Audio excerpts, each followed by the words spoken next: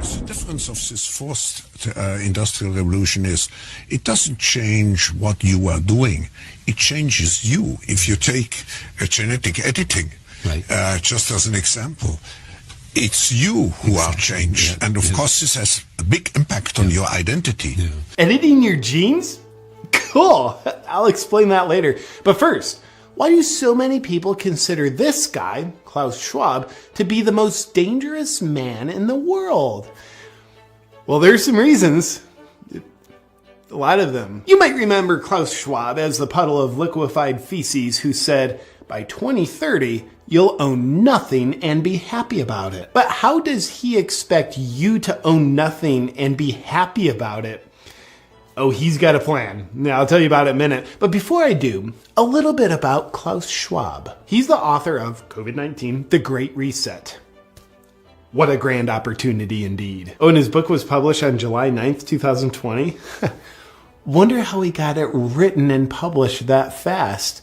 It's almost like maybe he pre-wrote it before he started the pandemic. Before the pandemic started. Old Klaus is also the founder and chairman of the World Economic Forum, an organization that faces the public with very noble-sounding goals of creating a better world. Fear-mongering about climate change and disease are big goals of theirs. Welcome to Davos. Just park your private jet over there and then go inside and pretend to be concerned about climate change. Klaus and the World Economic Forum want a worldwide digital ID system that determines your access to goods and services. It would monitor your online behavior, purchases, and biometrics. It kind of seems like he just wants to do away with the whole democratic process and give all the power to the state and whoever runs the state, the deep state.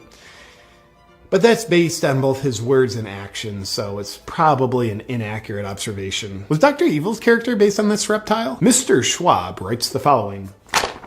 One of the greatest lessons of the past 5 centuries in Europe and America is this. Acute crisis contribute to boosting the power of the state. It's always been the case, and there is no reason why it should be different with the pandemic. Nobody ever elected Klaus Schwab to anything. This all just sounds like conspiracy, doesn't it? The World Economic Forum are good guys. Haven't you seen the headlines they pay for?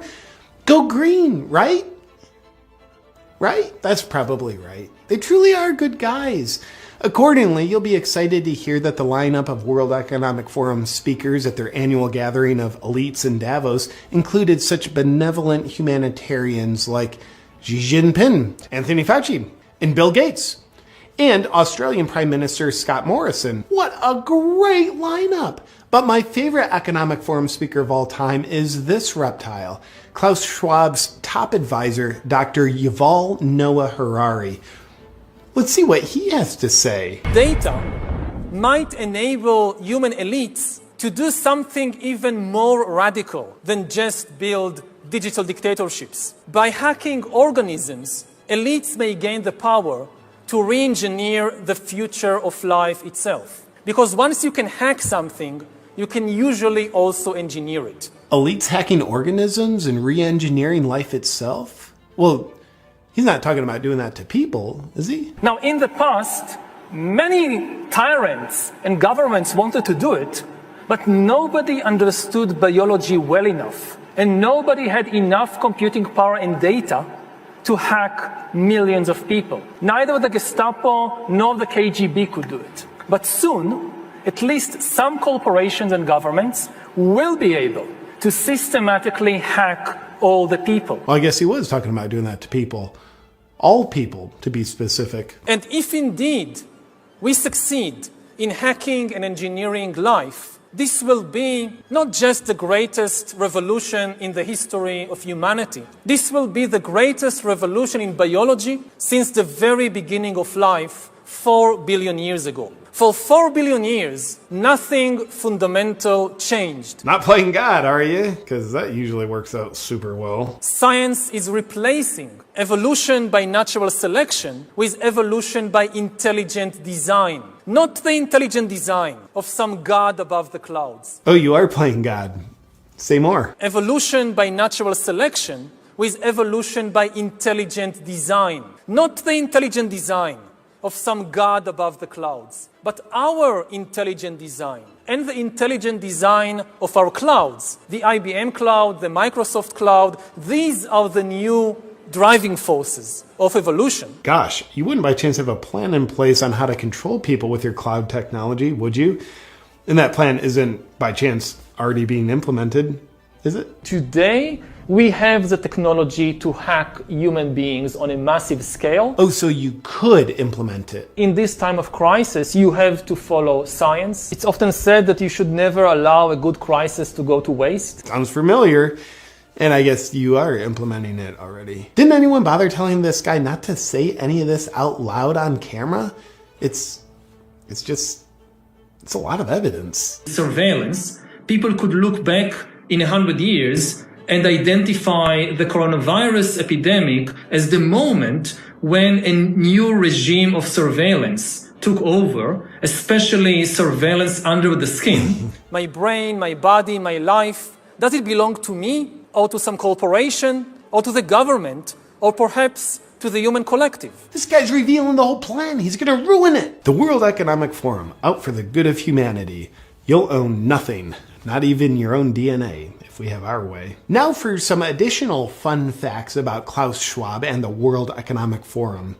They've got a Young Leaders Program, which is a 5-year indoctrination program into their principles. The goal of the program is to create world leaders who don't answer to their people because they don't care about them. They answer to their bosses at the World Economic Forum. Graduates of the program include admirable world leaders that are suspiciously in lockstep with the Great Reset, such as Justin Trudeau, Francis Macron, and Mark Zuckerberg. Sponsoring partners of the World Economic Forum's Young Global Leaders program have been the Bill and Melinda Gates Foundation and Google. I wonder why Google censors and shapes information to be in exact support of the World Economic Forum's narrative.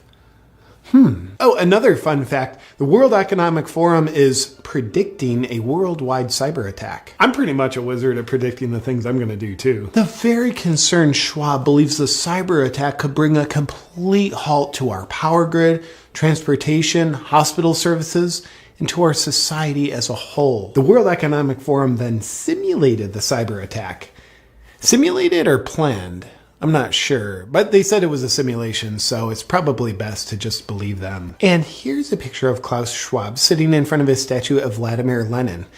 I wonder why he's got a statue of one of the most murderous world leaders in history.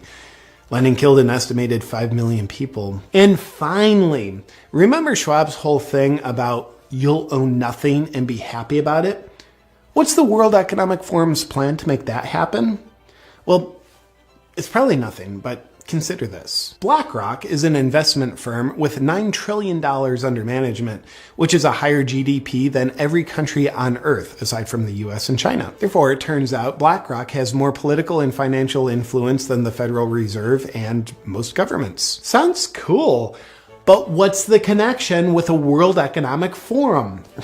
Well, again, and it's probably nothing, but BlackRock CEO Larry Fink is also just a board member of the World Economic Forum. Well, that's super convenient and probably just a coincidence. Is the World Economic Forum and BlackRock colluding in corporatism, where an unelected corporate elite dictates top down to the population? Well, they couldn't be doing that because they'd have to infiltrate the government, which they haven't done. Except for, in one of Joe Biden's first appointees once he took office, he named Brian Deese to be the director of National Economic Council. Brian Deese came from BlackRock, where he was a global head of sustainable investing, and now he's Biden's main advisor for economic policy. But Biden's making the policy decisions, not the unelected corporate elites at BlackRock and the World Economic Forum. Of course Biden's making all the decisions. Let's not be silly.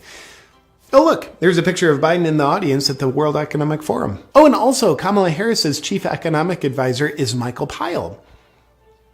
He came from BlackRock, where he was a global chief economic strategist. overseeing the strategy for investing $9 trillion. Well, it looks like corporatism, but it's probably not. But if it was, it would actually be a viable strategy for BlackRock and the World Economic Forum to own everything and for you to own nothing. Oh, fun fact, BlackRock is buying up single-family homes at an alarming rate, oftentimes paying 20 to 50% above asking price, so normal people like you and I can't own the homes. Now, there is an interesting pattern to all this. You know how you hear about ancient tyrannical rulers who would rule over their dumb people by saying things like, yeah, if you don't do all of this slave labor and let me sleep with your wives, then God's going to make you all perish in a deadly storm. Well, God told me, and because I'm elite, I have access to this knowledge and you don't. So you better do as I say or you're going to die. Well, us peasants can't perceive what the king can, so we better do as he says. Go ahead and bang my wife.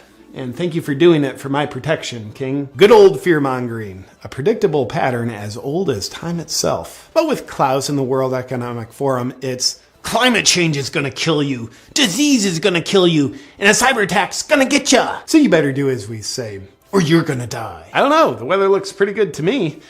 And why don't you ever smile, Klaus? You look like a sociopath. No, you don't understand. We elites have access to knowledge that you don't. So you better listen to us or you're gonna die. Same old fun pattern of fear-mongering.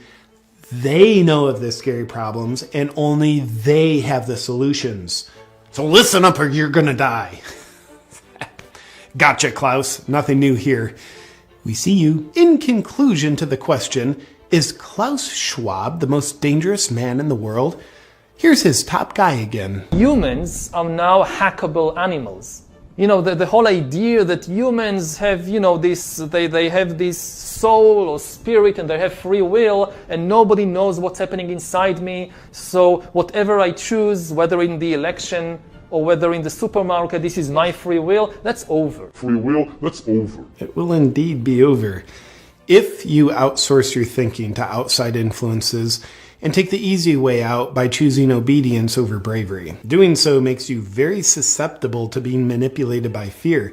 And if this happens, you will fail at remaining a free, sovereign individual. But here's how Schwab and his friends, who sociopathically never smile, fail at their great reset, and you succeed at remaining a free, sovereign individual. Be guided by your own critical thinking and what your heart and soul knows is right. And choose bravery over obedience. Obedience or bravery? Outsource your perspectives or do your own critical thinking? We are in the process of either the Great Reset or the Great Awakening, and the choice isn't Klaus Schwab's. The choice is yours.